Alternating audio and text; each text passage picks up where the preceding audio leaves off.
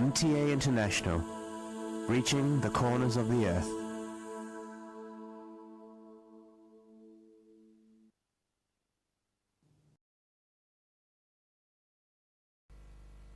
صلی علی رسولنا صلی علی محمد صلی علی نبینا صلی علی محمد صلی علی کریمنا صلی علی محمد صلی علی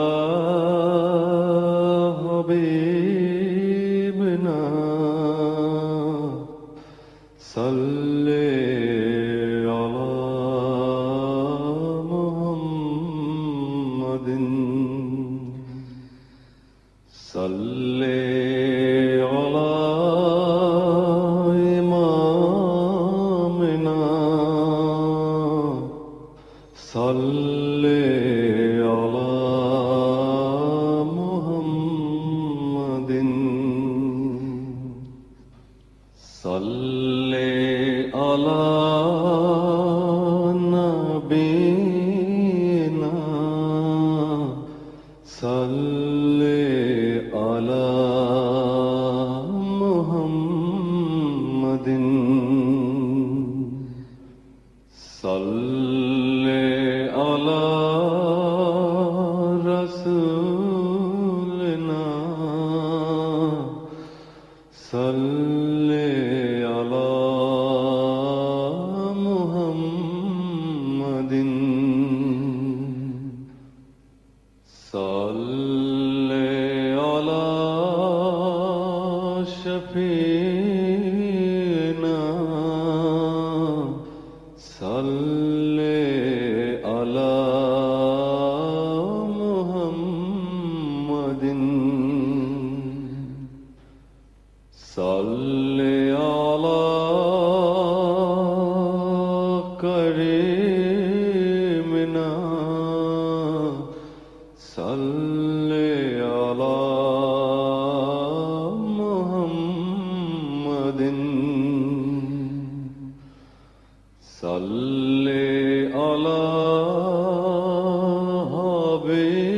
حبیبنا صلی علی محمد صلی علی امامنا صلی علی محمد صلی علی رحیمنا صلی علی محمد صلی علی نبینا صلی علی محمد صلی علی نبینا صلی علی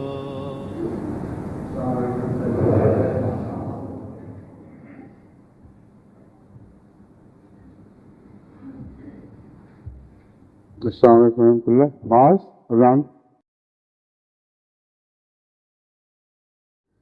الله أكبر الله أكبر الله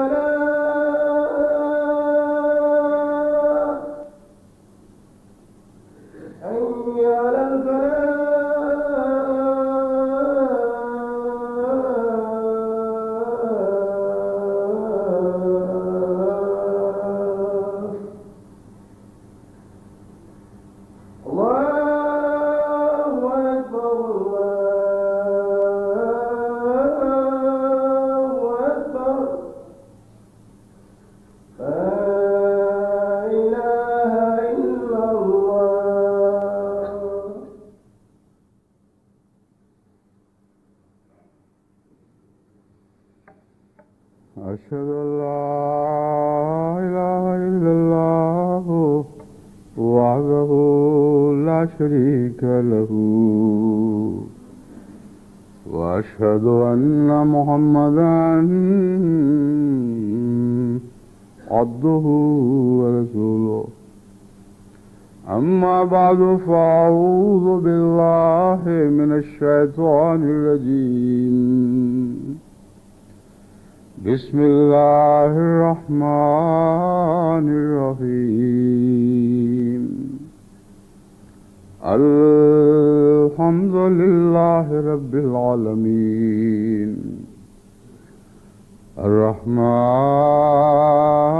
الرحيم مالك يوم الدين إياك نعبد وإياك نستعين اهدنا الصراط المستقيم صراط الذين أنعمت عليهم غير المغضوب عليهم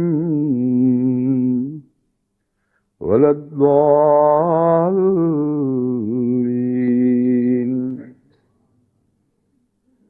ولتكن منكم أمة يدعون إلى الخير ويأمرون بالمعروف وينهون عن المنكر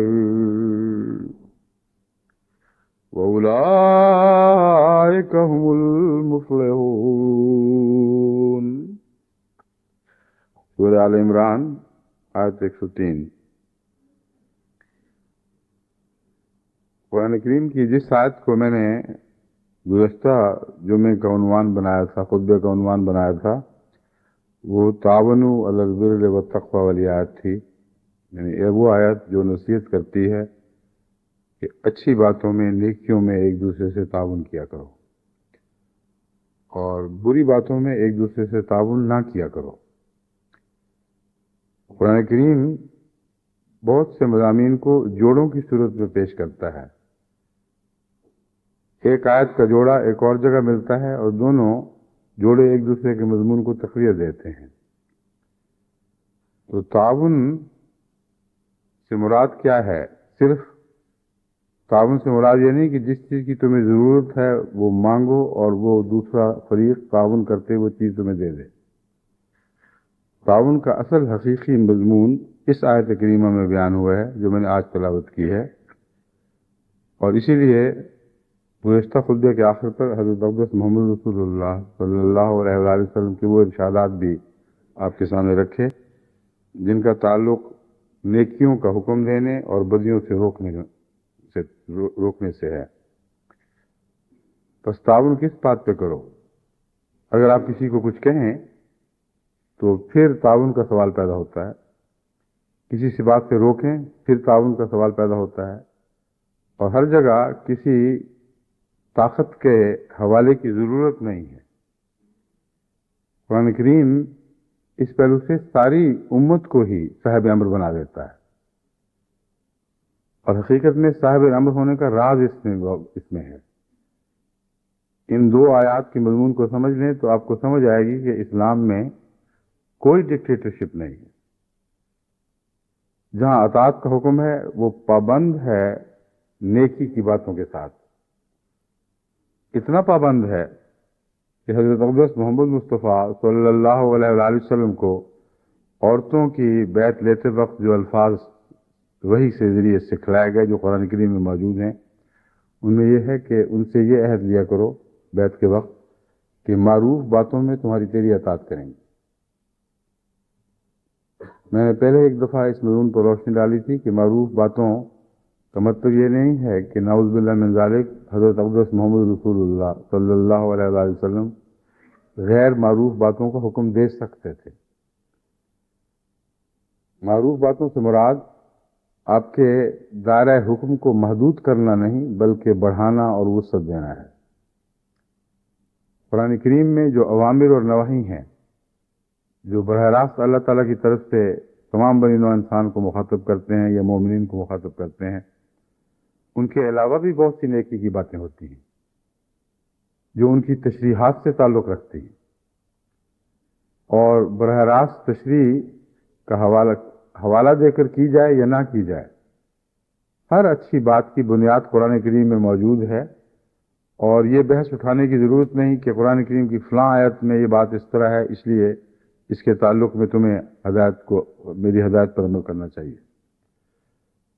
بس حضرت صلی اللہ علیہ وآلہ وسلم تو تمام تر وحی کی بات فرمایا کرتے تھے۔ پھر یہ جو فرمایا گیا کہ معروف میں میری اطاعت کرو گی، اس سے مراد یہ ہے کہ عورتوں میں یہ اس بات کا کوئی واہمہ تک نہ رہے کہ جب بھی ہمیں حکم ملے ہم یہ پتہ کریں کہ قرآن کریم میں موجود ہے کہ نہیں۔ معروف تو ایسی چیز ہے جو ہر زمانے کے ہر انسان پر، خطہ ارض کے ہر انسان پر برابر اطلاق پاتی ہے۔ معروف بات وہ ہے جو عرف عام میں دیکھنے سے اچھی معلوم ہو، اس کے لیے حکم کا حوالہ دینے کی ضرورت نہیں ہے، صاحب امر کا حوالہ دینے کی ضرورت نہیں ہے۔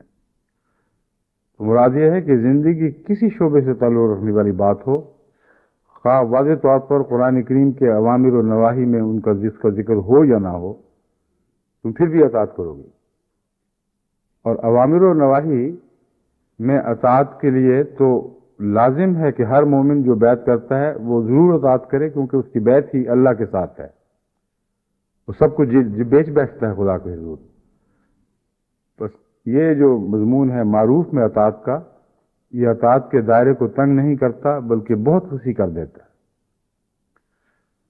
جو بات میں آپ کو سمجھانا چاہتا ہوں وہ یہ ہے کہ جب تمام امت کو صاحب امر بنایا گیا ہے، اور قرآن کریم کی مختلف آیات سے پتہ چلتا ہے کہ خدا تعالیٰ امتوں کو اپنا جانشین بنایا کرتا ہے۔ آیت استخلاف میں بھی حضرت صلی اللہ علیہ وآلہ وسلم کے تمام نیکوکار غلاموں کو جو آخرت پر ایمان لاتے ہیں اور نیک عمل کرتے ہیں، ان کو ایک خوشخبری دی گئی ہے کہ ہم تمہیں اپنا خلیفہ بنائیں گے، یا زمین میں خلیفہ بنائیں گے، جیسا کہ پہلوں کو بنایا۔ یہ تفصیل تو بہت لمبی ہے، میں آپ کو یہ سمجھانا چاہتا ہوں کہ امر واقعہ یہ ہے کہ جب ایک صاحب امر کے ذریعے کسی قوم کے سپرد دنیا کی اصلاح کی جائے، اس قوم کا ہر فرد صاحب امر ہو جاتا ہے، اور اس پہلو سے بڑے اور چھوٹے، حاکم اور محکوم کی کوئی تفریق باقی نہیں رہتی۔ اس کی شرط یہ ہے کہ ہر شخص نہ ہی امر بالمعروف کرے اور نہ ہی عن المنکر کرے، ہر شخص اچھی باتوں کا حکم دے اور نیکیوں کی طرف بلائے۔ اب نبی اور کیا کرتا ہے؟ یہی تو کرتا ہے، لیکن نبی ان معنوں میں بھی مامور ہے کہ اس کے سامنے بات سمجھ آئے یا نہ سمجھ آئے، انسان کسی قسم کا کوئی اعتراض نہیں کر سکتا، کوئی پس و پیش نہیں کر سکتا۔ مگر عامت المسلمین کے لیے صاحب امر بننے کے لیے لازم ہے کہ وہ ہمیشہ ایسی اچھی باتیں کریں، ایسی بری باتوں سے روک لیں کہ جس کے لیے کوئی شخص حوالہ مانگے ہی نہیں۔ اور قرآن کریم کی نیکیاں دراصل تمام تر اسی نوع سے تعلق رکھتی ہیں، مگر بعض اپنی نوع کے اندر ایک ایسا مقام حاصل کر لیتی ہیں کہ ہر کہنے والے کو یہ سمجھانے کی طاقت نہیں ہوتی کہ یہ کیوں تمہارے لیے مفید ہے۔ جھوٹ کے متعلق تو کہہ سکتا ہے کہ جب میں تمہیں کہتا ہوں جھوٹ نہ بولو اور سچ بولو، تو سب دنیا جانتی ہے کہ اچھی بات ہے، مگر 5 وقت نماز اس طرح ادا کرو اور اس طرح نہ کرو کہ سورج ڈھلے پر کس طرح کی عبادت کر سکتے ہو یا نہیں کر سکتے، کتنی دیر بعد اور کتنی دیر پہلے، روزمرہ وضو کیسے کرنا ہے، نماز کے لیے کیسے کھڑا ہونا ہے، رکعتیں کیا ہوتی ہیں۔ اب ان کو کوئی انسان عمل بالمعروف کے حوالے سے تو سمجھا نہیں سکتا، اس لیے اس کے لیے صاحب امر ہی ہے جو حضرت صلی اللہ علیہ وآلہ وسلم ہے، جن پر قرآن نازل ہوا۔ ان کا صرف یہی حوالہ کافی ہے کہ صاحب امر کو اللہ تعالیٰ نے معمور فرمایا اور یہ ہدایتیں دی ہیں اور تم پر اس کا ماننا فرض ہے۔ بس ان معنوں میں بھی مومن حقیقت میں صاحب امر بن جاتا ہے۔ جب وہ قرآن کا حوالہ دے گا تو اس پر یہ سوال اٹھ ہی نہیں سکتا کہ تمہیں کیا خدا نے الہام کیا تھا، وہ کہے گا جس کو اپنے اس زمانے کے لیے یا ہر زمانے کے لیے خدا نے معمور بنایا ہے اس کو تو الہام کیا تھا، اور میں وہی باتیں تمہیں کہہ رہا ہوں. لیکن یہ جو نصیحت ہے یہ مومنوں کے دائرے تک محدود رہتی ہے، اور ان میں بھی ہر مومن صاحب امر ہے، اور ہر روکنے والا خدا تعالیٰ کی نواحی کے دائرے میں رہتے ہوئے اللہ تعالیٰ سے اختیار رکھتا ہے کہ روکے.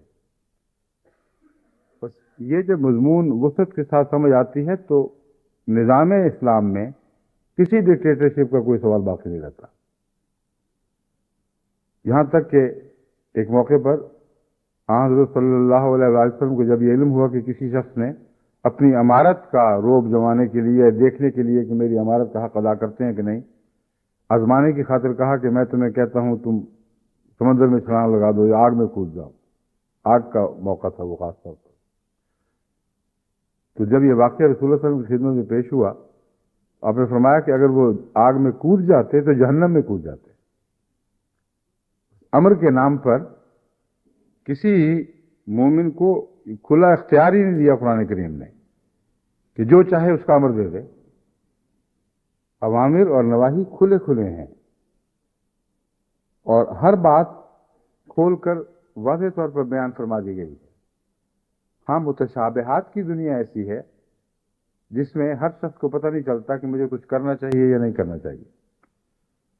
امر بالمعروف میں جہاں عہد بیعت دیا گیا ہے وہاں بہت سا حصہ متشابہات سے بھی تعلق رکھتا ہے. قرآن کریم میں واضح طور پر یہ نہیں فرمایا گیا کہ عورت اس طرح پردہ کرے. اگر حضرت صلی اللہ علیہ وسلم فرماتے ہیں اس طرح پردہ کرو تو جنہوں نے بیعت کی تھی ان کا فرض ہے کہ اسی طرح پردہ کریں. تو یہ وہ وسیع مضمون ہے جس میں تمام کی تمام امت خلیفہ بن جاتی ہے اور صاحب امر ہو جاتی ہے. شرط یہ ہے کہ نیکی کی بات کرے اور برائی سے روکے. شرط یہ ہے کہ بھلائی کی طرف بلائے. اور یہ وہ مضمون ہے جو مومن اور غیر مومن سب پر یکساں اطلاق پا جاتا ہے. کوئی دنیا کی قوم ایسی نہیں جس کو آپ نیکی کی تعلیم دیں اور وہ آگے سے وہ کہے کہ تم کون ہوتے ہو، تمہیں کس نے مقرر کیا ہے. کسی حکومت کا کوئی پروانہ تو لا کے دکھاؤ جس نے تمہیں مقرر کیا ہو کہ ہمیں نیکیوں کی تعلیم دو. بے بس ہو جائے گا، نہیں کرے گا، زیادہ سے زیادہ عمل نہیں کرے گا، مگر یہ نہیں کہہ سکتا کہ تم ہوتے کون ہو مجھے اچھی باتیں کہنے والے. کسی کو آپ کہیں دھوپ سے اٹھو، سائے میں بیٹھو، گرمی زیادہ ہے، پاگل ہی ہوگا جو کہے گا کہ تم کون ہوتے ہو، تمہیں کس نے ٹھیکیدار بنایا میرا.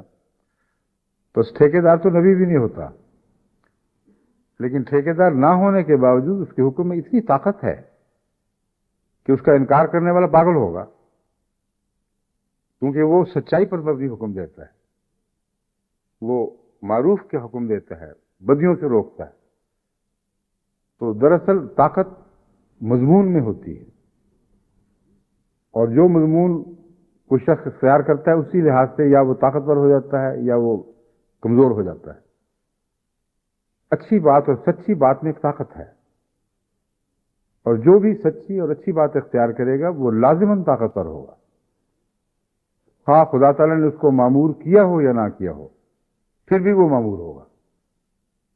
لیکن خدا اسے معمور کرتا ہے کیونکہ یہ باتیں جو سچائی اور نیکی کی باتیں ہیں یہ ہر مذہب کا خلاصہ ہیں.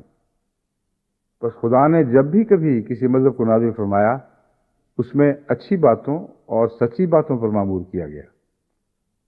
اور ہر شخص آزاد ہے، جب چاہے جتنا چاہے اپنا دامن ان سے بھر لے، اور جتنا سچائی اور بھلائی سے وہ اپنا دامن بھرتا چلا جاتا ہے وہ معمور ہوتا چلا جاتا ہے، صاحب امر ہوتا چلا جاتا ہے. بس یہ پہل وقت ہے کہ جماعت احمدیہ کو صاحب امر بننا ہوگا، اور ان شرائط کے ساتھ بننا ہوگا جو قرآن کریم نے پیش فرمائی ہیں. کیونکہ دعوت اللہ کا صاحب امر ہونے سے بہت گہرا تعلق ہے، اور حضرت صلی اللہ علیہ وآلہ وسلم نے بھی اس مضمون پر بہت ہی جاذب دل پذیر رنگ میں جو دلوں کو کھینچنے والا رنگ ہے اس سے روشنی ڈالی ہے. اور حضرت اقدس محمد رسول اللہ صلی اللہ علیہ وآلہ وسلم کے کلام کا جو جذب ہے اس کی کوئی مثال آپ کو کہیں دکھائی نہیں دے گی. چند فکروں میں اتنی گہری باتیں فرما جاتے ہیں، اتنی دلوں کو کھینچنے والی باتیں ہیں کہ اس کا کوئی توڑ نہیں کسی کے پاس. مجبور ہے کہ کھینچا چلائے. بس اس حوالے سے میں نے اس مضمون پر کے لیے کو سمجھانے کی خاطر حضرت رسول اللہ صلی اللہ علیہ وآلہ وسلم کی کچھ احادیث آج کے لیے چنی ہیں، اور اسی طرح حضرت مسیح موعود علیہ السلام کی کچھ اقتباسات ہیں جو اسی مضمون پر قرآن اور سنت کے لحاظ سے روشنی ڈال رہے ہیں. ترجمہ سورہ آل عمران کی آیت کا جو 105 آیت ہے یہ ہے وَلْتَكُن مِّنكُمْ أُمَّةٌ يَدْعُونَ إِلَى الْخَيْرِ. لازماً تم میں سے ایک امت ایسی رہنی چاہیے یدعون الی الخیر، جو بھلائی کی طرف بلاتی رہے. اور اس امت کی تعیین نہیں ہے، یہ تو ناممکن ہے کہ ہر فرد بشر خیر کی طرف بلانے کی طاقت رکھتا ہو، اپنی ذہنی قلبی صلاحیتوں کے اعتبار سے، اپنے دائرہ اثر کے لحاظ سے، اپنی دیگر مصروفیات کے لحاظ سے، صحت اور بیماری کے لحاظ سے. ہر شخص کی طاقتیں الگ الگ ہیں، لیکن ایک صالح امت میں ایک بڑا حصہ ایسا ضرور موجود رہتا ہے جو اپنے آپ کو بھلائی کی طرف بلانے پر وقف کر دے. اور یہی وہ ہدایت ہے جو اس آیت کے آغاز میں دی گئی ہے وَلْتَكُن مِّنكُمْ أُمَّةٌ يَدْعُونَ إِلَى الْخَيْرِ. وقف ہو جائے اس بات پر کہ بھلائی کی طرف بلاتے رہیں. اور بھلائی کی طرف بلانا اور یامرون بالمعروف میں ایک فرق کیا گیا ہے. بھلائی کی طرف بلانا ایک دعوت عام ہے جس کا دراصل تعلق دعوت اللہ سے ہے، کیونکہ قرآن کریم نے جہاں دعوت اللہ کا پیغام دیا ہے وہ اس کو ساتھ یہ بھی فرمایا سب سے اچھی بات، سب سے پیاری بات ہے وَمَنْ أَحْسَنُ قَوْلًا مِّمَّنْ دَعَا إِلَى اللَّهِ وَعَمِلَ صَالِحًا. اس سے زیادہ خوبصورت بات کیا ہوگی جو خدا کی طرف دعوت دے اور نیک عمل کرتا ہو، جس کے اعمال اس کی اس دعوت کو سچا کر دکھائیں. تو یہ خیر جو ہے یہ دراصل خدا کی طرف بلانا ہے، اور نیک کاموں کی طرف بلانا ایک ہی بات بن جاتا ہے. نیک کاموں کی طرف بلانے کا مطلب لازم نہیں کہ خدا کی طرف بلایا جائے، مگر خدا کی طرف بلانے کا لازماً یہ مطلب ہے کہ نیک کاموں کی طرف بلایا جائے. بس خدا کی طرف بلانا حاوی ہے ہر نیکی کے اوپر. وَلْتَكُن مِّنكُمْ أُمَّةٌ يَدْعُونَ إِلَى الْخَيْرِ وَيَأْمُرُونَ بِالْمَعْرُوفِ. دعوت اور امر میں دیکھیں کیسا فرق کر کے دکھا دیا. اگر خیر عام معروف ہوتی تو اس کے لیے بھی امر کا لفظ استعمال ہونا تھا. دعوت ایک ایسی چیز ہے جسے اگلے رد بھی کر لیتے ہیں، قبول بھی کر لیتے ہیں، مگر امر میں ان کو اختیار نہیں ہے رد کرنے کا. تو فرمایا تم خدا کی رستوں کی طرف بلاؤ، خواہ لوگ مانیں یا نہ مانیں، بلاتے چلے جاؤ. ان کو اختیار ہے قبول کریں یا نہ کریں. لیکن جب تم نیک کاموں کی طرف بلاؤ جو عرف عام میں نیک ہیں تو تم صاحب امر ہو جاؤ گے. پھر وہ خدا کو نہ بھی مانے تو تمہاری باتوں کو انہیں ماننا پڑے گا، کیونکہ اچھی باتوں کا انکار پاگل پن ہے. اور کبھی بھی کوئی شخص اچھی باتوں کے تعلق میں حوالے نہیں مانگا کرتا کہ تمہیں کس نے اختیار دیا تھا. بس یامرون بالمعروف ایک عام حکم ہے نیکی کا جسے جماعت کو اختیار کرنا لازم ہے. ینہون عن المنکر، اور بد بدیوں سے روکتے چلے جائیں. ان باتوں میں بہت سی نصیحتیں اور بہت سے فوائد مضمر ہیں. اول تو میں نے جیسا کہ گزشتہ خطبے میں بیان کیا تھا، وہ قوم جسے نیکی کی باتیں کہنے کی اور نیکی کی باتوں میں تعاون کرنے کی عادت ہو، کیونکہ دوسرا جوڑا اس آیت کا وہ ہے کہ تعاونوا علی البر والتقوی. تو جب نیکی کی طرف بلایا جائے تو پھر تعاون کیا کرو، پیچھے نہ بیٹھ جایا کرو. تو میں جن کو یہ توفیق ہو وہ لوگ اطاعت کے وہ مرقع بن جاتے ہیں، کیونکہ اطاعت کا مضمون اوپر سے نیچے تک نیکیوں سے تعلق رکھتا ہے. جن کو یہ پوچھے بغیر اطاعت کی عادت پڑ جائے کہ تم مامور ہو بھی کہ نہیں، کیسے ممکن ہے کہ جن کو خاص کاموں پر مامور کیا جائے ان کی اطاعت کے متعلق سوال اٹھائیں. بس بہترین اطاعت وہ ہے جو امر بالمعروف اور نہی عن المنکر سے شروع ہوتی ہے. اور بہترین دعوت اللہ ہے وہ ہے جو دعوت خیر سے شروع ہوتی.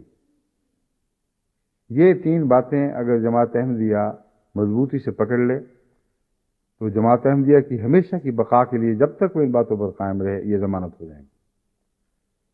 یہ تین باتیں اگر جماعت مضبوطی سے پکڑ لے تو ان کی دعوت اللہ میں بھی غیر معمولی طاقت پیدا ہو جائے گی اور بنی نوع انسان ان کو اپنا سچا ہمدرد سمجھنے پر مجبور ہوں گے. لیکن ایک اور فائدہ جو میرے پیش نظر ہے وہ یہ ہے کہ دعوت اللہ کے ساتھ جب یہ فرمایا وہ عمل صالحا، اس کا تعلق صرف دعوت اللہ سے نہیں بلکہ یدعون الی الخیر و یامرون بالمعروف و ینہون عن المنکر سے بھی ہے.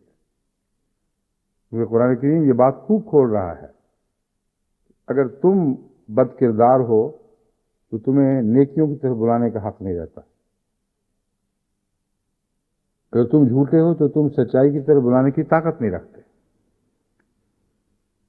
بعض دفعہ ایک کمزور آدمی بھی مجبور ہے ان عوامر کی طرف بلانے پر جو قرآن کریم میں بیان فرمائے ہیں عوامر کے طور پر، لیکن جتنا وہ ان عوامر پر خود عمل نہ کرتا ہو، ان احکامات پر جس حد تک وہ خود آری ہو عمل کرنے سے، اس حد تک اس کی طاقت کم ہو جاتی ہے. اور ضروری نہیں کہ ایک شخص جب تک کمال درجے کی نیکی کی انتہا تک نہ پہنچ جائے اس وقت تک کسی کو نیکی کی طرف بلائے نہ. یہ تو ناممکن ہے کیونکہ اس صورت میں سب نیکی کی طرف بلانے والے ہار کے بیٹھ رہیں گے. اگر وہ اپنی بدیوں پر نظر ڈالیں، اپنی کمزوریوں پر نگاہ رکھیں تو کوئی بھی اپنے آپ کو اس قابل نہیں سمجھے گا کہ وہ لوگوں کو نیکی کی طرف بلا سکے. بس مراد یہ ہے کہ توجہ رکھنا اس بات کی طرف. تقویٰ کا تقاضا یہ ہے کہ جب تم بلاؤ تو اپنے نفس کی بھی نگرانی کرو. جہاں تک دنیا کا تعلق ہے تمہاری بات میں طاقت تبھی پیدا ہوگی اگر دنیا کو کم سے کم یہ معلوم ہو کہ جن باتوں کی طرف تم بلاتے ہو تم دیانتداری سے ان کو قبول کرتے ہو، جہاں تک توفیق ہے ان پر عمل کی کوشش کرتے ہو. یہ جو شرط ہے جہاں تک توفیق ہے، یہی وہ شرط ہے جو حضرت مسیح موعود علیہ السلام نے بیعت میں داخل فرما دی. بیعت کے الفاظ میں داخل فرما کر ہر ایسے شخص کو ایک قسم کی جرأت تو نہیں کہنا چاہیے، ایک قسم کا حوصلہ دے دیا جو اتنا بڑا عہد کرتے ہوئے ڈرتے ہیں. مجھ سے ایک دفعہ ایک غیر مسلم نے جو بیعت کا ارادہ کر چکا تھا یہی سوال کیا کہ دل تو میرا بہت چاہ رہا ہے مگر اتنا بڑا وعدہ ہے جس کے لیے ہمت نہیں پڑتی. تو میں نے کہا تم الفاظ پر غور کرو، اس میں یہ ہے کہ میں کوشش کرتا رہوں گا. کیا تم دیانتداری سے نیکی کی کوشش بھی نہیں کرو گے؟ فوراً اس کو شرح صدر نصیب ہو گیا. اس نے کہا نیکی کے جس مقام پر بھی ہو کوشش تو کرنی ہی کرنی ہے، اور بدی سے چھٹکارے کی بھی کوشش ہی ہوتی ہے. مگر کوشش میں اور کوشش میں فرق بھی ہوتا ہے. ایک کوشش وہ ہے جو خالص نیت کے ساتھ اس پختہ ارادے کے ساتھ کی جاتی ہے کہ جب تک طاقت ہے میں یہ ہمت نہیں چھوڑوں گا، یہ کوشش نہیں چھوڑوں گا کہ بدیوں کو ترک کروں اور نیکیوں کو اختیار کروں. ایک کوشش کا مطلب یہ ہے کہ خیال ہے کہ ہاں چھوڑ دیں گے، لیکن باہمت ارادہ پیدا نہیں ہوتا اور باہمت عمل اس کے پیچھے نہیں آتا. ایسی کوشش بےمانی ہے. بس نیکی اور بدی کا چونکہ آخری فیصلہ اللہ تعالیٰ نے کرنا ہے، وہ اس بات پر ضرور نگاہ رکھتا ہے اور احادیث نبویہ سے قطعاً ثابت ہے کہ کوشش میں سچائی تھی کہ نہیں. اگر کوشش سچی ہے تو اہل بیت سچا ہے. اگر کوشش سچی ہے تو آپ کو خیر کی طرف بلانے کا حق ہے. اگر کوشش سچی ہے تو معروف کی طرف بلانے کا حق ہے، چاہے آپ میں خامیاں بھی موجود ہوں. کوشش سچی ہے تو بدیوں سے روکنے کا حق ہے، اب چاہے آپ میں خامیاں موجود ہوں. مگر خامیوں کو پالتے ہوئے ان کو اس طرح قبول کرتے ہوئے گویا وہ آپ کی زندگی کا حصہ بن گئے ہیں. پھر جب آپ یہ کام کریں گے تو اس کو منافقت کہتے ہیں، اور منافقت میں کوئی برکت نہیں ہوتی. بس آپ نے اپنی کمزوریوں کے باوجود دعوت اللہ کرنی ہے. آپ نے اپنی کمزوریوں کے باوجود نیکیوں کی طرف یا معروف باتوں کی طرف بلانا ہے اور بد باتوں سے روکنا ہے. اور آپ نے پوری کوشش کرنی ہے کہ آپ میں نفاق نہ ہو. نفاق تب پیدا ہوتا ہے اگر انسان ایک چیز کو قبول کر کے اس پر قائم ہوتے ہوئے راضی ہو کر پھر یہ دکھاوا کرے کہ میں تو روک رہا ہوں، میں تو نہیں ایسا. اگر اس پہلو سے کوئی شخص کرتا ہے تو وہ بہت بڑا جرم ہے جو کفر سے بھی بڑھ جایا کرتا ہے. اس لیے ان احتیاطوں کو پیش نظر رکھیں، کیونکہ نیکی کا مضمون احتیاط کے تقاضے تقاضے رکھتا ہے، اور ان تقاضوں کا مثبت جواب ہمیں دینا ہوگا. بہت باریک محنت کا مضمون ہے، باریک نظر کا مضمون ہے. اس لیے میں امید رکھتا ہوں جماعت احمدیہ ان باتوں کو پیش نظر رکھتے ہوئے امر بالمعروف اور نہی عن المنکر کے حق ادا کرنے کی کوشش کرے گی. اس کے ساتھ جیسا کہ میں بیان کیا، اس کی اصلاح لازم ہے.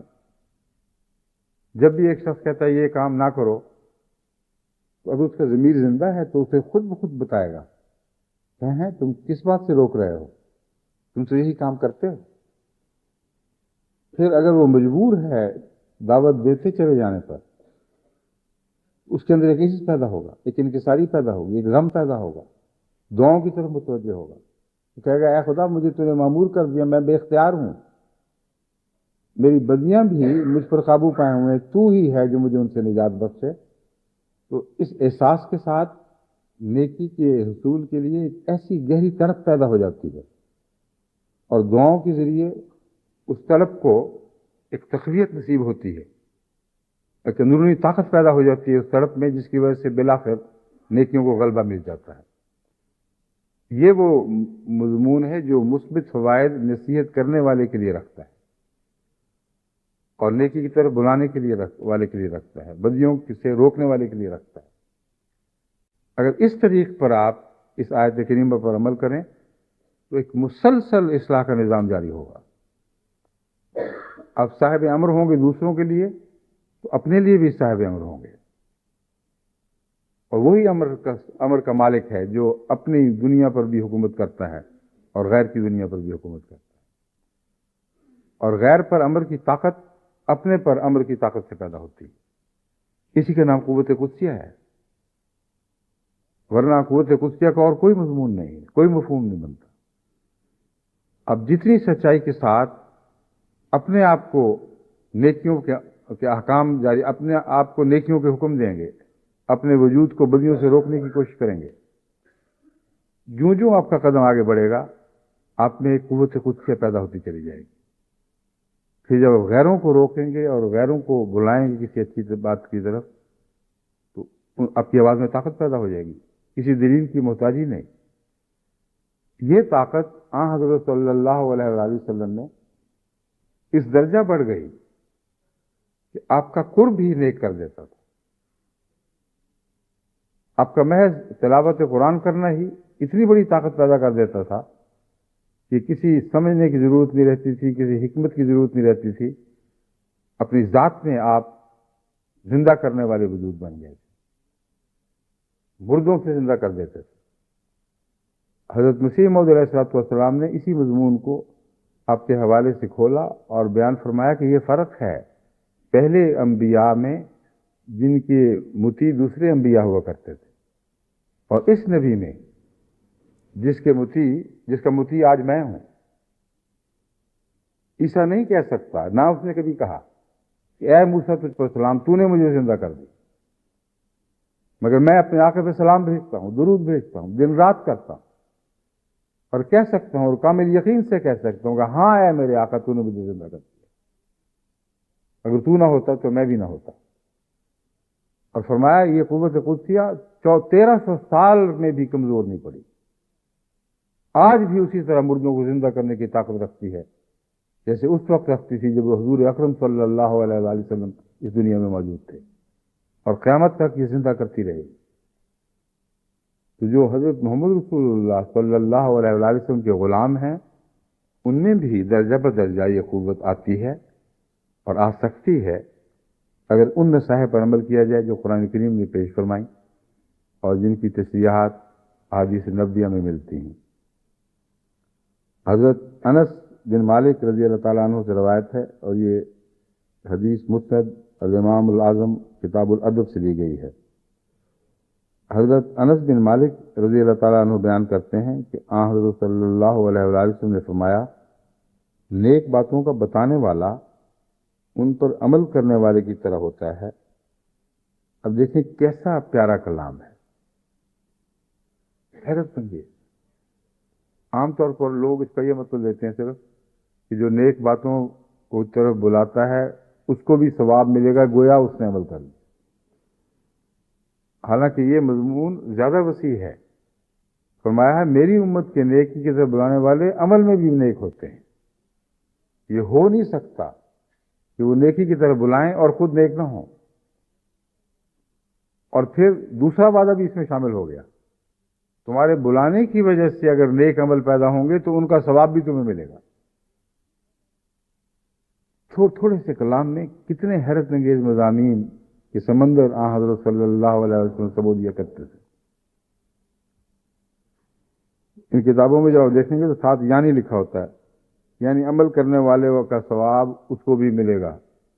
اور اصل بات بھول جاتے ہیں کہ مراد یہ ہے کہ میری امت میں کہ میں مجھ سے نیکی سیکھنے والوں میں یہ بات ناممکن ہے کہ نیکی کسی نیک عمل کی طرف بلا رہے ہیں اور اس نیک عمل کی ان کو توفیق نہ ہو۔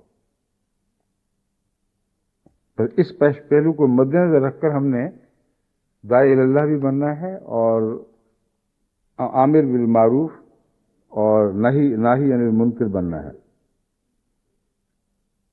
یعنی معروف باتوں کی طرف بلانے والا، ان کی ہدایت کرنے والا اور بدیوں سے روکنے والا۔ حضرت زید بن ثابت بیان کرتے ہیں کہ حضرت صلی اللہ علیہ وسلم نے فرمایا، اللہ تعالیٰ اس وقت تک انسان کی ضرورتیں پوری کرتا رہتا ہے جب تک کہ وہ اپنے مسلمان بھائی کی حاجت روائی کے لیے کوشاں رہتا ہے۔ اب اس حدیث کو میں نے عمداً یہاں رکھا ہے، حالانکہ بظاہر اس مضمون سے تعلق نہیں ہے۔ کسی بھائی کی حاجت روائی کرنا ایک نیکی ہے، جو کسی اور کی ضرورتیں پوری کرتا ہے اللہ اس کی ضرورتیں پوری کرتا ہے۔ بس اگر کوئی محض اللہ کی خاطر کسی کی نیکی کی ضرورتیں پوری کر رہا ہو، اسے بدیوں سے روک رہا ہو اور للہ کر رہا ہو، اور اس کے اندر کمزوریاں ہوں اور نیت پاک ہو، تو یہ حدیث اس کے لیے بھی ایک خوشخبری ہے کہ جب تک وہ خدا کی خاطر بھلائیوں کی تعلیم دیتا ہے اور بدیوں سے روکتا ہے، اللہ تعالیٰ اس کے اندر بھلائیاں پیدا کرتا چلا جاتا ہے اور بدیوں سے اس کو روکتا چلا جاتا ہے۔ اور یہ میرا ساری زندگی کا تجربہ ہے، مختلف تنظیموں میں نے کام کیا ہے۔ وہ کام کرنے والے جو للہ ان باتوں پر معمور ہو جایا کرتے ہیں، مقرر کر دیے جاتے ہیں، ہمیشہ ان کے اخلاق، ان کے اعمال میں ترقی ہوتی ہے۔ کبھی ایسا نہیں ہوا کہ ایک شخص خدام علیہ انبیاء کے کسی چھوٹے سے عہدے سے کام شروع کرے اور اس میں کمزوریاں ہوں اور اوپر تک جاتے جاتے وہ ساری کمزوریاں اسی طرح رہیں، یا خوبیاں کم ہوں اور پھر بھی کم خوبیوں کی طرح وہ اوپر بڑھتا چلا جائے، کم خوبیوں کے ساتھ ہی وہ اوپر ترقی کرتا جائے۔ اس کا ہر دن بدلتا ہے اور رفتہ رفتہ اس کے اندر پاک اخلاق پیدا ہوتے ہیں، اس کی شخصیت میں تبدیلی پیدا ہوتی ہے، اور لازماً اگر وہ اخلاص کے ساتھ خدمت کرتا ہے تو بالآخر نیک انجام کو پہنچتا ہے۔ تو یہ اللہ تعالیٰ کی طرف سے ایک مدد ہے جو فطری تقاضوں کے طور پر بھی ہے اور غیر معمولی بیرونی مدد کے طور پر بھی آتی ہے۔ اور صاحب تجربہ جانتے ہیں کہ ایسی صورت میں اللہ تعالیٰ اس کی کمزوریاں دور کرنے کے لیے ایسے سامان پیدا کرتا چلا جاتا ہے کہ اچانک اس کو نصیحت آتی ہے، بعض دفعہ ٹھوکریں کھاتا ہے، بعض دفعہ محبت اور پیار کے رستے سے اس کی تربیت فرماتا ہے، مگر جب تک وہ دوسروں کی تربیت میں ہے خدا ضرور اس کی تربیت کے سامان کرتا ہے۔ یہ وعدہ ہے جو حضرت صلی اللہ علیہ وسلم نے ہمیں دیا۔ ایک اور حدیث ہے جو حضرت ابو ہریرہ سے مروی ہے، مسلم کتاب ذکر میں باب فضل الاجتماع اللہ تلاوت القرآن والا ذکر، یہ عنوان ہے اس حدیث کا۔ حضرت ابو ہریرہ رضی اللہ تعالیٰ عنہ بیان کرتے ہیں کہ حضرت صلی اللہ علیہ وآلہ وسلم نے فرمایا، جس شخص نے کسی مسلمان کی دنیاوی بے چینی اور تکلیف کو دور کیا، اللہ تعالیٰ قیامت کے دن اس کی بے چینیوں اور تکلیف کو اس سے دور کرے گا۔ جس کا مطلب یہ ہے کہ خدا کا یہ عمل جس کا وعدہ فرمایا گیا ہے وہ محض دنیا کی اصلاحوں سے تعلق نہیں رکھتا، بلکہ اس دنیا کی زندگی میں جو باتیں اصلاح یعنی ٹھیک ہونے سے رہ بھی جائیں، جن کی اصلاح نہ بھی ہو سکے،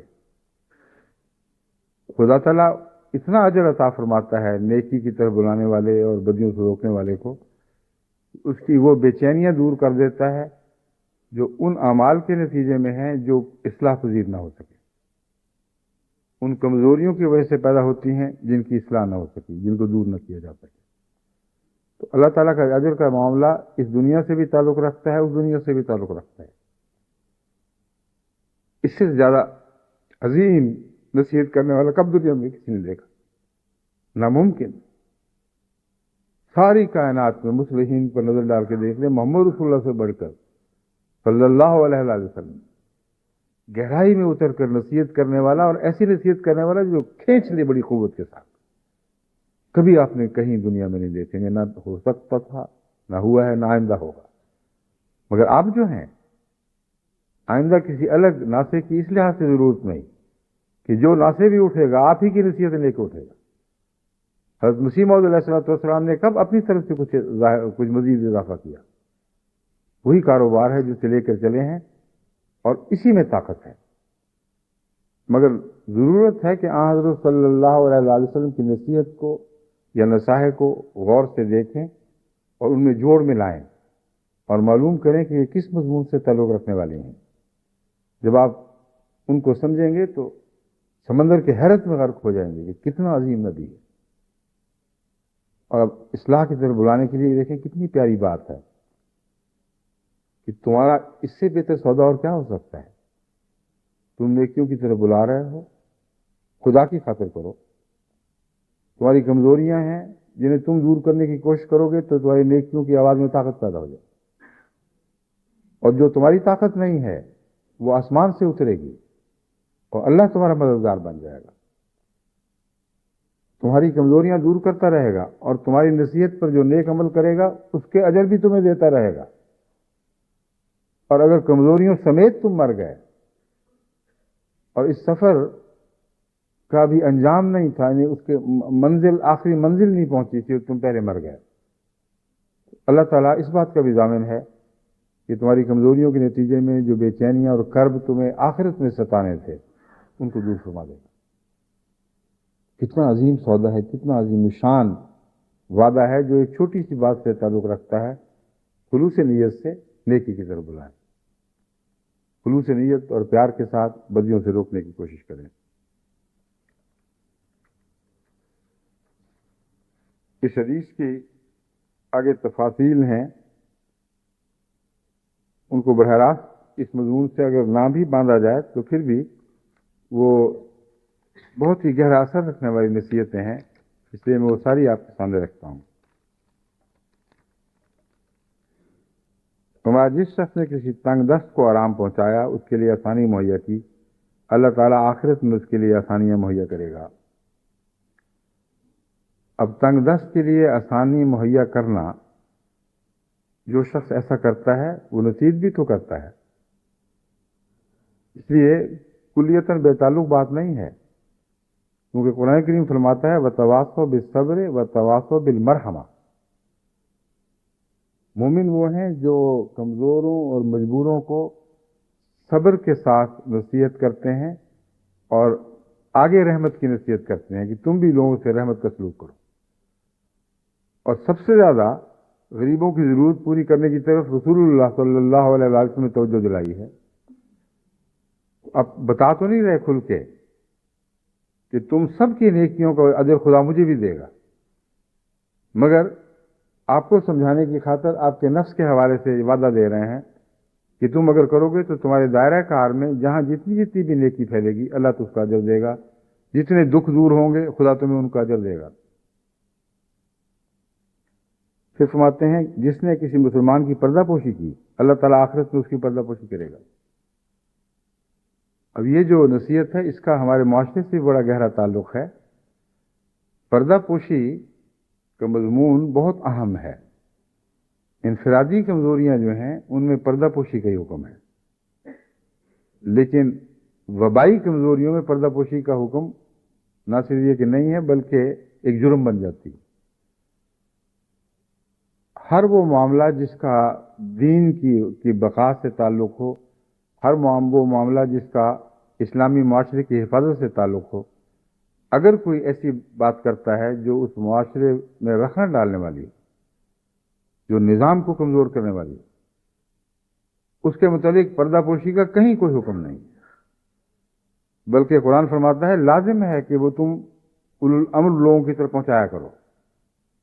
جب ایسی باتیں سنو تمہارا فرض ہے کہ وہ جن کو خدا نے عقل اور فہم عطا کی ہے، جو جانتے ہیں کہ پیچھے کیا کیا محرکات کام کر رہے ہیں، جو تجزیہ کر سکتے ہیں، جو اس کی بدیوں سے جماعت کی حفاظت کر سکتے ہیں، میں ان تک ضرور پہنچاؤں. اور وہاں صرف رسول اللہ صلی اللہ علیہ وآلہ وسلم تک پہنچانے کا حکم نہیں بلکہ سب ایسوں کی طرف پہنچانے کا حکم ہے. یعنی جمع کا صیغہ ایسا استعمال کیا گیا ہے جس کا مطلب ہے کہ اپنے اپنے دائرے میں اگر ایک جگہ کوئی امیر ہے، اس کے چھوٹے دائرے میں بھی کوئی ایسی حرکت ہو رہی ہے تو پردہ پوشی کے نام پر آپ کہیں کہ اس نے کئی بات تو ایسی کی تھی جس سے جماعت کو نقصان پہنچتا تھا، جس سے جماعت کے وقار کو ٹھوکر لگتی تھی، جس سے لوگوں کے اخلاص کو صدمہ پہنچتا تھا، مگر ہم نے دیکھو پردہ پوشی کر لی.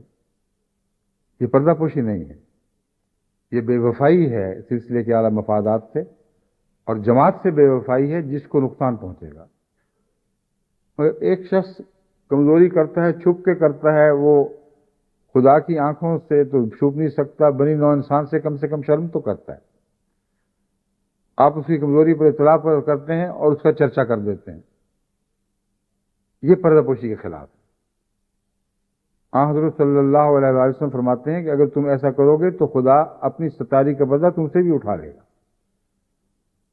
اور اگر خدا کی ستاری نہ رہے تو ہر ننگا ہے، ہر انسان ننگا ہے. یہ تو وہ حمام ہے جس میں سب کی نظر ہے، شیشے کا حمام ہے، ہر دیکھ لے گا اگر خدا کی طرف سے ستاری کا پردہ نہ ہو. ہر لمحہ خدا کی ستاری کے اندر چھپے ہوئے ہم زندگی بسر کر رہے ہیں. اگر یہ نہ ہوتا تو یہ زندگی دنیا ہی میں جہنم بن جاتی. اس لیے یہ مضمون اچھی طرح سمجھ لیں. جب حضور اکرم صلی اللہ علیہ وآلہ وسلم پردہ پوشی کو حکم دیتے ہیں تو وبا والی بیماریوں سے پردہ پوشی کو حکم نہیں دیتے. جس شخص میں وبائی بیماری ہے اور آگے پھیلا سکتا ہے اس کی اطلاع اولو الامر کو کرنا، جہاں جہاں بھی وہ اولو الامر ہو، لازم ہے. اور جہاں اس کی ذاتی کمزوری ہے اور اس کمزوری کے علم سے کسی کو فائدہ نہیں ہوگا بلکہ نقصان کا خطرہ ہے، ایسی صورت میں اگر کوئی پردہ دری کرتا ہے تو اپنا نقصان کرے گا، اپنی عاقبت خراب کرے گا اور قوم کو نقصان پہنچائے گا. قوم کو نقصان اس طرح پہنچتا ہے کہ ایک شخص میں مثلا بعض جماعتوں کی طرف سے مجھے بعض لوگ لکھتے ہیں کہ فلاں امیر صاحب ہیں، ان میں یہ کمزوریاں ہیں، اور ہم نے جب یہی بات کی تھی تو لوگ ہمارے پیچھے پڑ گئے. ہمارا کیا جرم ہے؟ سچ بول رہا ہے ہم نے. سوال یہ ہے کہ تمہارے متعلق بھی اگر سچ بولے جائیں اس طرح تو تمہارا کیا حال رہے گا؟ تمہاری بیوی بچوں کے متعلق ایسے سچ بولے جائیں تو تمہارا کیا حال رہے گا؟ اگر وہ ایسی کمزوریاں ہیں جو منظر عام پر نکلی ہیں تو پھر بھی تمہارا فرض یہ نہیں ہے کہ تم لوگوں کو بتاؤ. پھر تم پر لازماً یہ فرض بن جاتا ہے کہ بالا افسران تک اس کو پہنچاؤ، تاکہ یا اس کو مل کر نصیحت کرو، اگر وہ کام نہیں کرتی تو بالا افسران تک پہنچاؤ، اگر وہاں سنوائی نہیں ہوتی تو اوپر پہنچاؤ. جہاں تک بندوں میں تمہاری رسائی ہے تمہارا فرض ہے کہ پہنچاتے چلے جاؤ، کیونکہ اب یہ کمزوری ذاتی نہیں رہی بلکہ فحشا بن گئی. مگر ذاتی کمزوریوں کا جہاں تک تعلق ہے قرآن حدیث میں پردہ پوشی کا حکم ہے، اور اللہ بھی پردہ پوشی فرماتا ہے. بس ایسے لوگ جو لوگوں کے پردے کھینچتے ہیں اللہ ان کے پردے بھی کھینچ لیا کرتا ہے. اور سب سے اہم بات یہ ہے کہ قیامت کے دن بھی یہی حیا کا پردہ ہے جو آپ اپنے لیے رکھتے ہیں اور اپنے بھائی کے لیے بھی رکھتے ہیں، جو خدا تعالیٰ کی ستاری کا پردہ بن جائے گا. اگر اس دنیا میں آپ یہ حیا کا پردہ چاک کر دیں، نہ اپنے لیے رکھیں نہ غیر کے لیے رکھیں، تو قیامت کے دن بھی آپ کے لیے کوئی ستاری کا پردہ آپ کو آپ کی بدیوں کو ڈھانپنے کے لیے نہیں اترے گا. چنانچہ رسول اللہ علیہ وسلم نے یہ حوالہ دیا ہے، جس نے کسی مسلمان کی پردہ پوشی کی اللہ تعالیٰ آخرت میں اس کی پردہ پوشی کرے گا. یہ ہے محمد رسول اللہ صلی اللہ علیہ وسلم. حیرت ہے، کوئی اپنی طرف سے بنانے والا جس کو خدا تعالیٰ کی طرف سے آسمان سے روشنی نہ اتری ہو، اس قسم کی باتیں نہیں کیا کرتا. وہ سودے نقد سودے کی باتیں کرے گا. وہ کہے گا تم پردہ پوشی کرو، تمہاری بھی پردہ پوشی ہوگی. لیکن آخرت کا حوالہ دے کر اس مضمون کو بہت وسعت دے دی. تو میں اس دنیا کی پردہ پوشی نہ بھی ہو تو فرق نہیں پڑتا اتنا، مگر اس بھری دنیا میں جو پردہ دری ہو رہی ہو، جبکہ اگلے پچھلے سب جمع ہو، اور وہ کیسے ہوگی اللہ بہتر جانتا ہے، ورنہ ہماری محدود عقل میں ان صلاحیتوں کا تصور ہی نہیں کہ آغاز سے لے کر انجام تک کے انسان اکٹھے ہوں اور ان کی باتوں پہ کہیں پردے ڈالے جا رہے ہیں، کہیں پردہ دری ہو رہی ہے، اور ہر انسان سمجھ رہا ہے. یہ وہ مضمون ہے جو صلاحیتوں کے تیز ہونے سے تعلق رکھتا ہے، حسیات کے دائروں کے پھیلنے سے تعلق رکھتا ہے. اور قرآن کریم یہی وعدے فرما رہا ہے کہ قیامت کے دن تمہیں ایسی تیز حصے پہ عطا کی جائیں گی کہ جن باتوں کا تم پہلے کوئی شعور نہیں رکھتے تھے وہ شعور تمہیں نصیب ہو جائے گا. بس ہوگا ضرور. جو بات حضور صلی اللہ علیہ وسلم نے فرمائی لازماً ہو کر رہنے والی بات. بس ڈراتے ہیں کہ تم آخرت کی پردہ دری سے ڈرو. یہاں اگر تم اپنے بھائی کی پردہ پوشی کرو گے تو یاد رکھو قیامت کے دن یا قیامت کے بعد جب آخری حساب فہمی ہوگی اللہ تعالیٰ تم سے بھی پردہ پوشی کا سلوک فرمائے گا. اللہ تعالیٰ اس بندے کی مدد پر تیار رہتا ہے جو اپنے بھائی کی مدد کے لیے تیار ہو. اب ان سب باتوں میں جیسا کہ میں نے بیان کیا تھا وتواصل کا مضمون داخل ہے. اس لیے آپ اگر یہ سمجھیں کہ یہ بے تعلق باتیں ہیں، کلیتاً بے تعلق نہیں ہیں. مومن وہ ہے جو نیکیوں کی تعلیم دیتا ہے، نیکیوں میں ایک دوسرے کا مددگار بنتا ہے، اور یہ دونوں باتیں اکٹھی ہو کر وتواصل بالصبر وتواصل بالمرحمہ کی نصیحت بن جاتی ہے. بس بظاہر یہاں تعاون کی بات ہو رہی ہے. اپنے بھائی سے تعاون کرو، اس کی ضرورتیں پوری کرو، اس کی پردہ پوشی کرو، اس کے حوائج جتنے بھی ہیں وہ پورا کرتے ہوئے تمہیں تکلیف بھی اٹھانی پڑے تو تکلیف اٹھاؤ.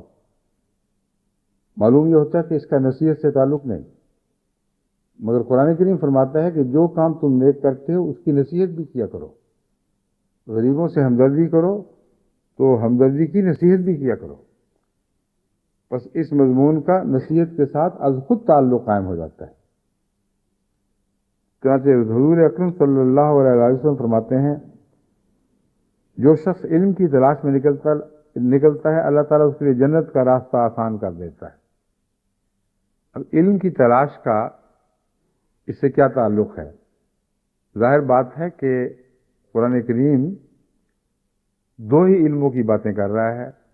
ایک روحانی علم ہے اور ایک جسمانی علم جو خدا تعالیٰ کی قدرتوں کا کی سیر سے تعلق رکھتا ہے، قانون قدرت. اور یہ دونوں وہ باتیں ہیں جو بنی نوع انسان کی بھلائی کے لیے لازم ہیں. صاحب علم ہی ہے جو حقیقی خدمت کر سکتا ہے. دنیا میں جتنی بڑی بڑی خدمتیں ہوئی ہیں جن کو آپ سائنس کے ذریعے خدمت کہہ سکتے ہیں ان کا علم سے تعلق ہے. تو میں چھوٹی چھوٹی ضرورتیں پوری کرنا اگرچہ اچھی بات ہے مگر اس کے مقابلے پر کوئی بھی حیثیت نہیں رکھتا. جتنی دنیا میں بڑی صاحب علم قومیں ہیں انہوں نے دیکھیں بیماریوں کے تعلق میں اور حوادث زمانہ کے تعلق میں، روزمرہ کی ضرورتوں کے تعلق میں کیسی کیسی چیزیں ایجاد کر لیں اور تمام بنی نوع انسان کو فائدہ پہنچا. کوئی بھی ایسی ایجاد نہیں جو بے علم ہو، کہ علم کے بغیر ہو گئی ہو. اور اتنے وسیع فوائد ہیں کہ آج ہم اس دنیا میں جو زندگی بسر کر رہے ہیں، ہم انسان کے ہاتھوں خدا نے علم کے ذریعے جو ہمیں فوائد پہنچائے ہیں وہ بھی شمار نہیں کر سکتے.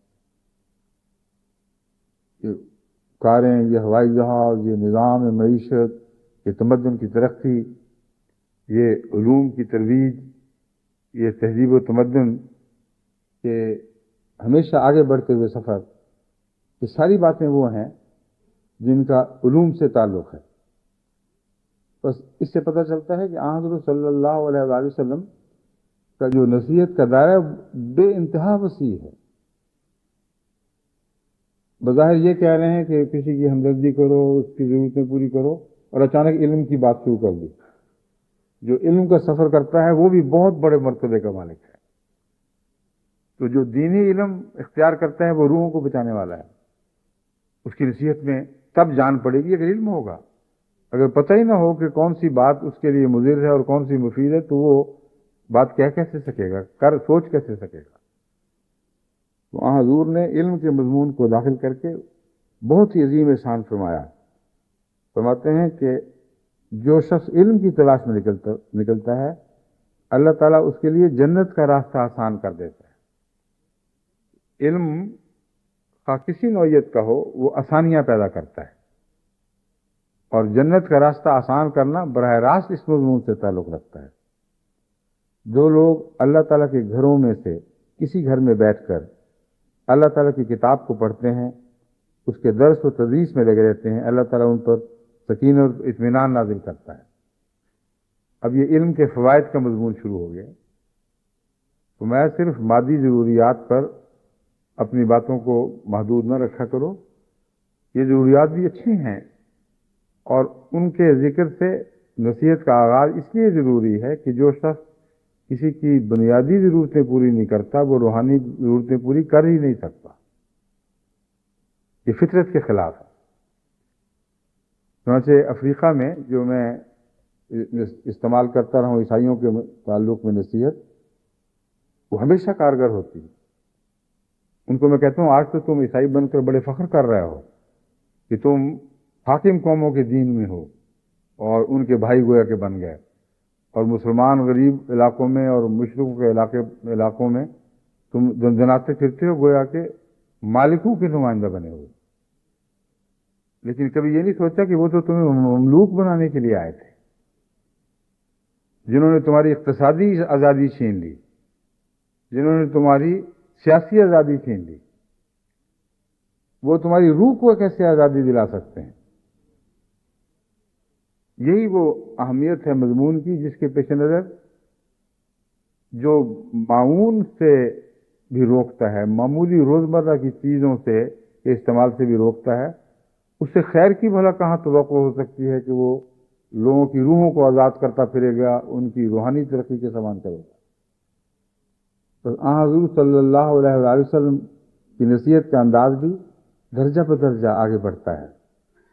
پہلے ان بنیادی باتوں کی تعلیم دیتے ہیں جن کے بغیر انسان اعلیٰ مضامین کی طرف بڑھ ہی نہیں سکتا، اور پھر ان مضامین کا ذکر کرتے ہیں تو بے اختیار روح سے حضور صلی اللہ علیہ وسلم کے لیے درود کی آوازیں اٹھتی.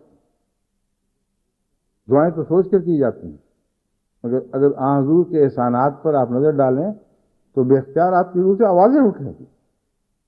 ناممکن ہے کہ ان آوازوں کے ساتھ درد کی چیخیں شامل نہ ہوں، کیونکہ ایک محسن کا احسان جب غلبہ کر لیتا ہے، جب چھا جاتا ہے اس کی روح پر، تو اس وقت بے اختیار ان آوازوں میں ایک درد پیدا ہو جاتا ہے، ایک قوت پیدا ہو جاتی ہے، اور وہ آوازیں لازماً آسمان کی بلندیوں تک پہنچتی ہیں.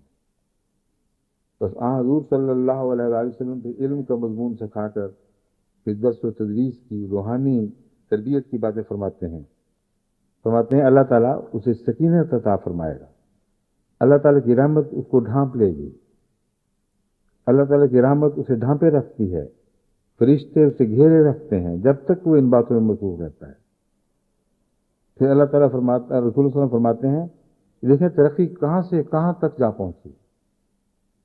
اب ایسا شخص جو علم کو خدمت دین کے لیے، خدمت بنی نوع انسان کے اعلیٰ تقاضوں کی خاطر استعمال کرے. فرمایا اللہ تعالیٰ اپنے مقربین میں اس کا ذکر کرتا ہے. اس دنیا میں آپ باتیں کر رہے ہیں نیکی کی اور آپ کا ذکر اوپر کی مجلسوں میں چل رہا ہے. غالب تو کہتا ہے گرچہ ہے کس کس برائی سے ولے بئی ہما، ذکر میرا مجھ سے بہتر ہے کہ اس محفل میں ہے. برائی کے باوجود اگرچہ برائی ذکر ہے، مجھے اسی پر خوشی ہے کہ میرا ذکر اس محفل میں ہے. حضرت صلی اللہ علیہ وسلم جو ان محافل کے رازدان تھے، رازدان ہیں، آپ فرماتے ہیں کہ تمہارا بھلائی سے ذکر چلے گا اور اللہ اپنے مقربین میں تمہارا پیار سے ذکر کرے گا. جو شخص عمل میں سست رہے اس کا نسب اور خاندان اس کو تیز نہیں بنا سکتا، یعنی وہ خاندانی بلبوتے پر جنت میں نہیں جا سکے گا. اور ساتھ ہی یہ بھی فرما دیا کہ یہ ساری باتیں وہ ہیں جو ہر شخص کے لیے برابر یکساں مہیا ہیں، اور حسب نسب کا اس کا کوئی بھی دور سے بھی تعلق نہیں، قومیت کا اس سے کوئی تعلق نہیں، سب کے لیے دعوت عام ہے. تو اس پر عمل کرو اور یہ ساری بلندیوں کے وعدے جو تم سے کیے گئے ہیں، یہ سب رفتیں جن کے تمہیں وعدے دیے جا رہے ہیں تمہیں عطا کی جائیں گی. اللہ تعالیٰ نے اسی توفیق عطا فرمائے.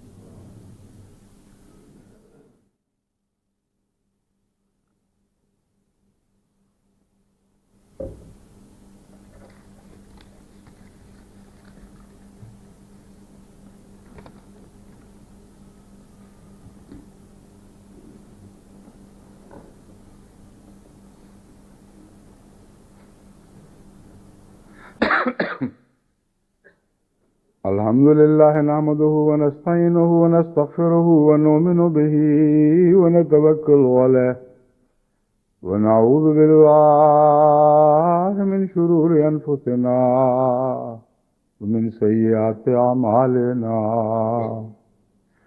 من يهده الله فلا مضل له ومن يضلل فلا هادي له. ونشهد أن لا إله إلا الله وحده لا شريك له. ونشهد أن محمدا عبده ورسوله. عباد الله رحمكم الله، إن الله يأمر بالعدل والإحسان وإيتاء ذي القربى وينهى عن الفحشاء